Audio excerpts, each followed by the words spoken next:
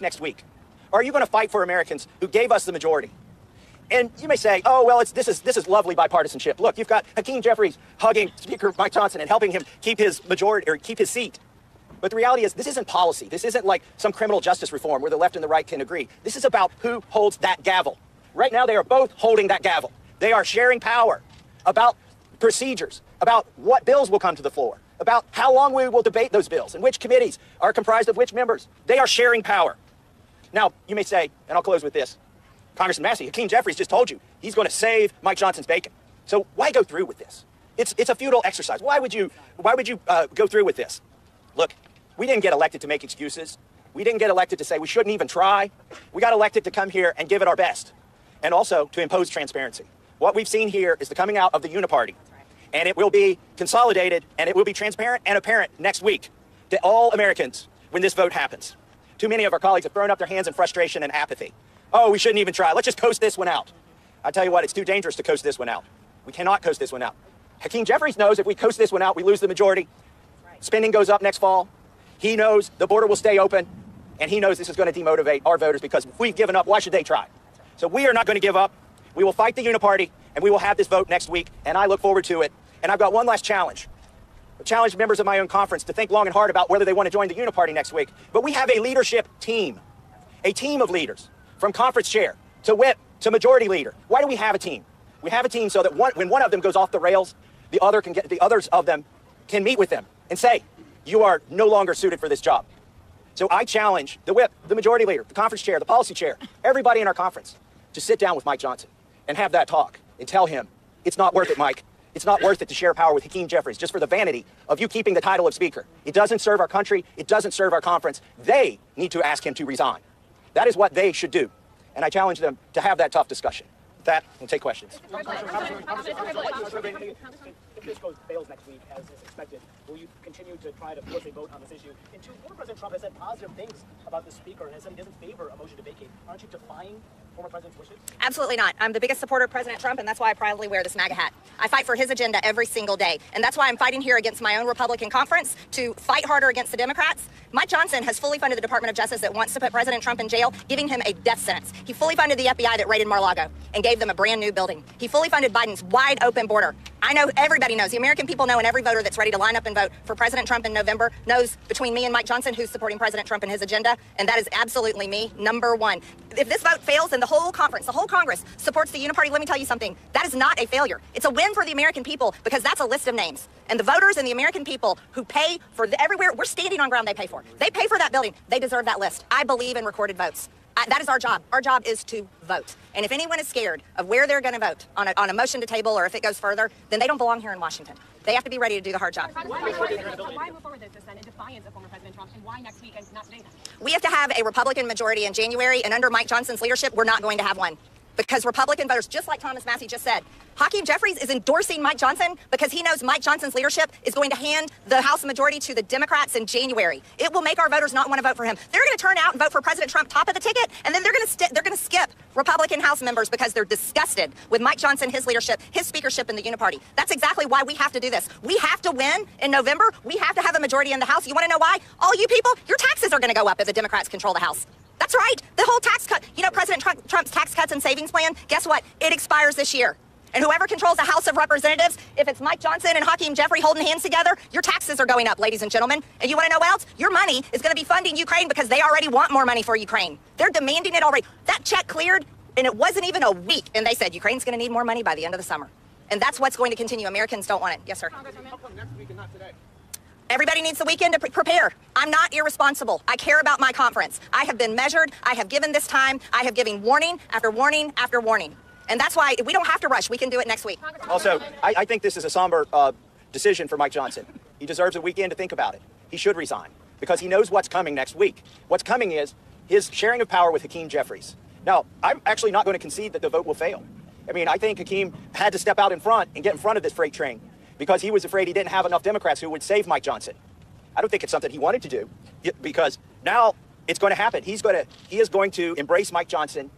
And the question is, will there be enough Democrats to overcome the Republicans who come to their senses this weekend? They've got a weekend to think about it. But more importantly, Mike Johnson has a weekend to think about it. How do you respond, Congressman, if this resolution is tabled on Monday? Will you continue to force votes on it? I haven't made a decision on that yet. Congressman, how do you respond to Speaker Johnson, who just last night said you are not a serious lawmaker? And if not Speaker Johnson, then who should be holding that gavel? I'm not into personal attacks. That's not why I'm doing this. This has nothing to do with Mike Johnson as a person. But this is about his job performance, and I believe in accountability. I voted for Mike Johnson as Speaker, and every single day when I'm out and about talking to folks in my district or I'm traveling across the country, the one phrase I hear over and over again is keep fighting, keep fighting. They do not want us to back down. They do not want us to just put it in cruise control and go along to get along, and that is what that is. That's exactly what that is. That is full surrender to the very agenda that voters all over America said enough. And in 2022, they gave us the majority to stop the Democrat agenda.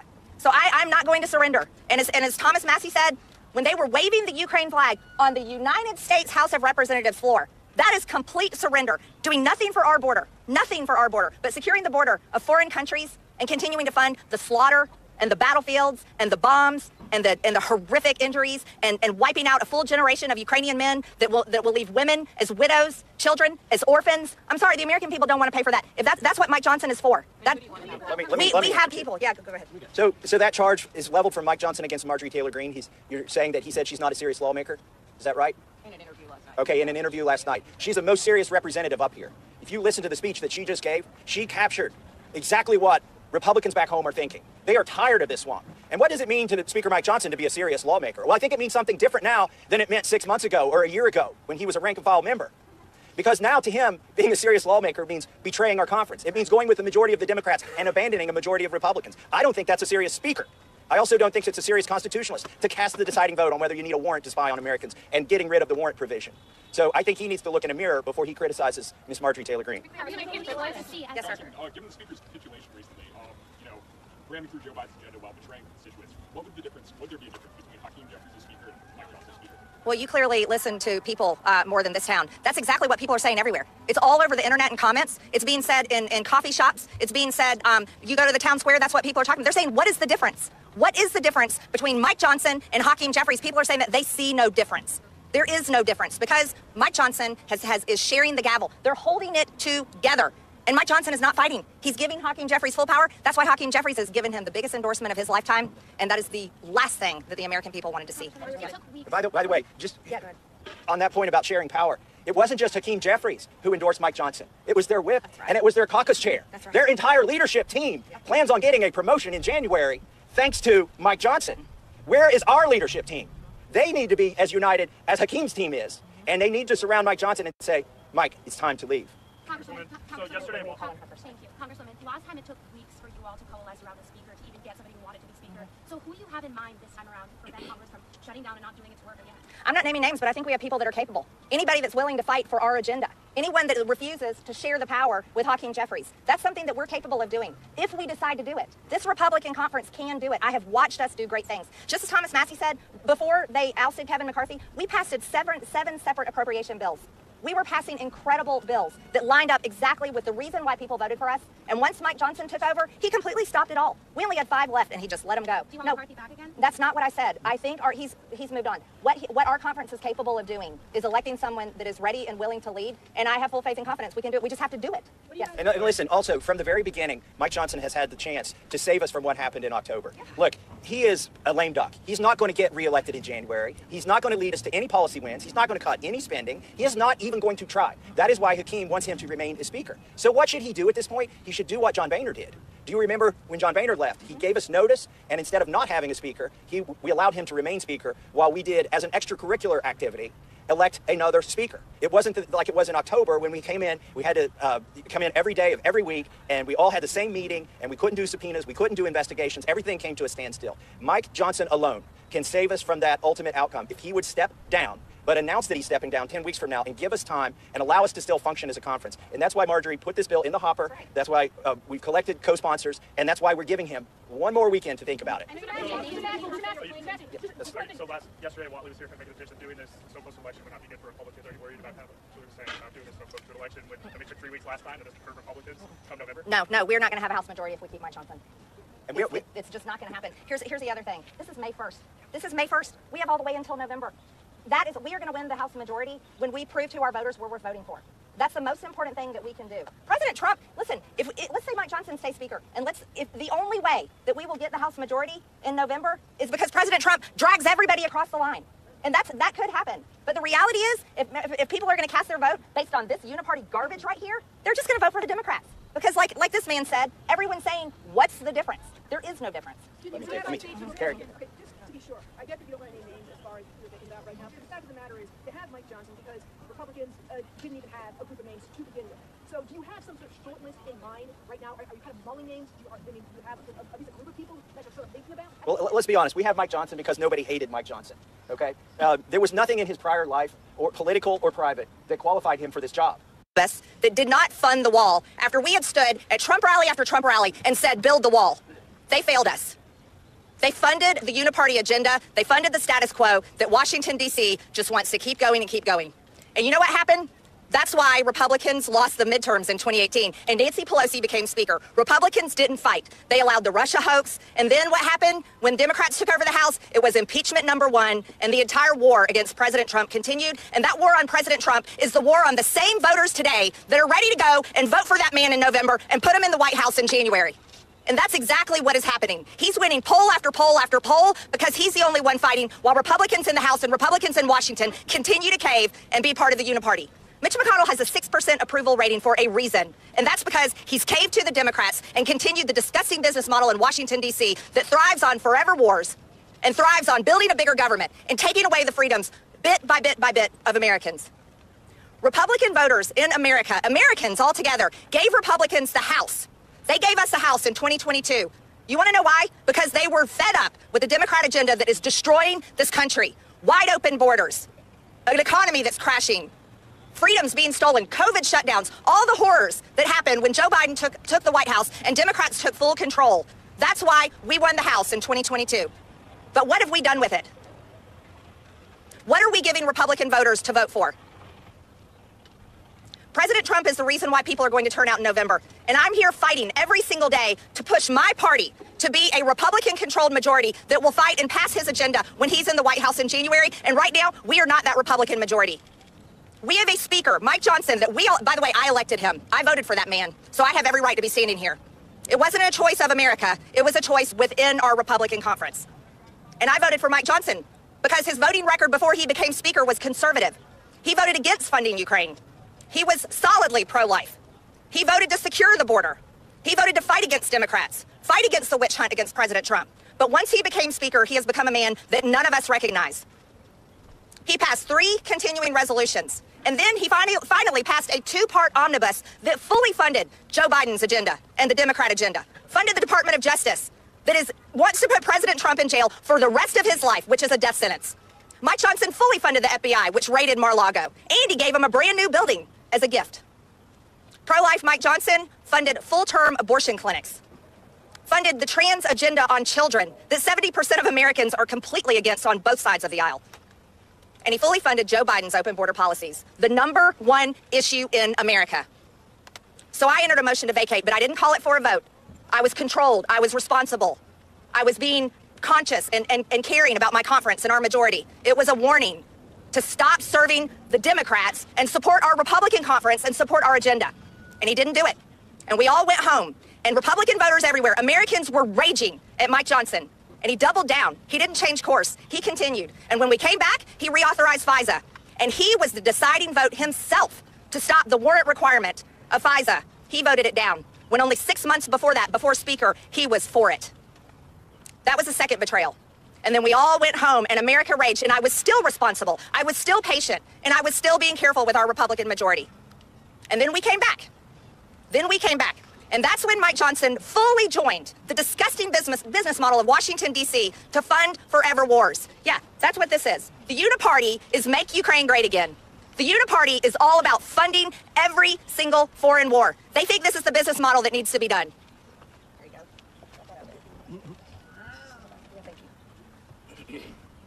Americans do not want to send their hard-earned tax dollars to fund the murder and killing in foreign countries. They're fed up with it. And they're screaming it as loud as they possibly can. Our economy should not be built on the blood of wars in foreign countries. That's not what our economy should be built on. That's not how you grow jobs in America. That is horrific. It is evil and it needs to end. But that's what the Uniparty does, and that's what they continue. Mike Johnson fully embraced it, and he funded $61 more billion to Ukraine. Funded a war in Israel while he funded Hamas in Gaza. How do you support Israel when you're funding Hamas? And gave more money away while our border stays open, and today 300 Americans will die from fentanyl, tomorrow 300 Americans will die from fentanyl, and the next day 300 more Americans will die from fentanyl poisoning because there's a war on America led by the cartels in Mexico, and nobody in Washington, D.C. gives a damn and has enough courage to face it. And Americans are sick of it. Sick and tired and fed up. And you want to know something? Nobody wants to rock the boat in Washington, D.C. Oh, no. That would be uncomfortable, Marjorie. We don't want to face the issues, Marjorie. Let's just wait and get through the election, Marjorie. Let's just assume President Trump is going to win, and we'll fix it next Congress, Marjorie. Well, I'm sorry.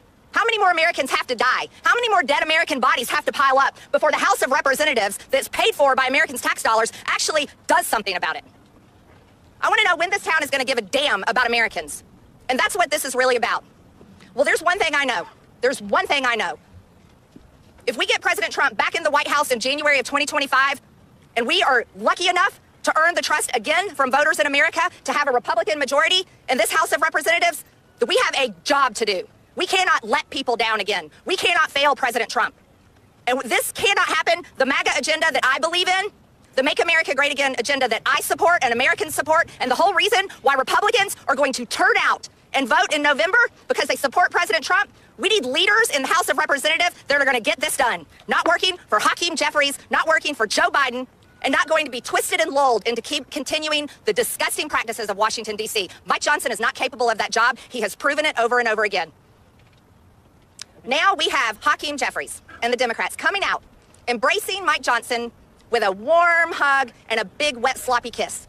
And they are ready to, they have endorsed him. They are ready to support him as Speaker. They want to keep it going, keep the band together. Why? Because Mike Johnson is giving them everything they want. Everything they want. Every single thing they want. So it's really interesting to me. Hakeem Jeffries has gone through round after round of Speaker votes, and we've all witnessed it, haven't we, America? And I want to tell you, I think it's good that America witnessed all of that. And the Democrats said his name over and over again. They said Hakeem Jeffries because they wanted to elect him Speaker. Well, I find it very satisfying that they are ready to vote for Mike Johnson. And you want to know something? I want to see it happen. And I also want to see recorded votes. I think the American people, by the way, who I represent, I think the American people need to see a recorded vote of does Congress, does the members of Congress support the Uniparty? Is this what they support? I think every member of Congress needs to take that vote and let the chips fall where they may. And so next week, I am going to be calling this motion to vacate. Absolutely calling it. I can't wait to see Democrats go out and support a Republican Speaker and have to go home to their primaries and have to run for Congress again, having supported a Republican Speaker, a Christian conservative. I think that'll play well. I'm excited about it. And I also can't wait to see my Republican conference show their cards and show who we are, because voters deserve it. Is the Republican Party, have they finally learned their lesson? Have they finally heard the message from voters back at home? Are they willing to actually fight, or are they going to just keep going along to get along? Because it's really easy to do that in Washington, D.C. I'm going to tell you, at over $34 trillion in debt, with millions and millions of people invading our country, an economy that I don't even know how is staying afloat because every business owner I know has been suffering, and people fed up with the drama on television and fed up with the fighting and fed up with the bullshit from Washington, D.C., are ready for a Republican majority that's ready to support President Trump and his agenda in January of 2025, and I'm happy to deliver that vote for everyone next week. And at this time, I'd like to turn it over to my good friend and ally here, Thomas Massey, and he'll explain his thoughts on this. Thank you. Well, it's an honor to be here today with one of the hardest fighting, most articulate members of our Republican conference. I think she's gone about this in a very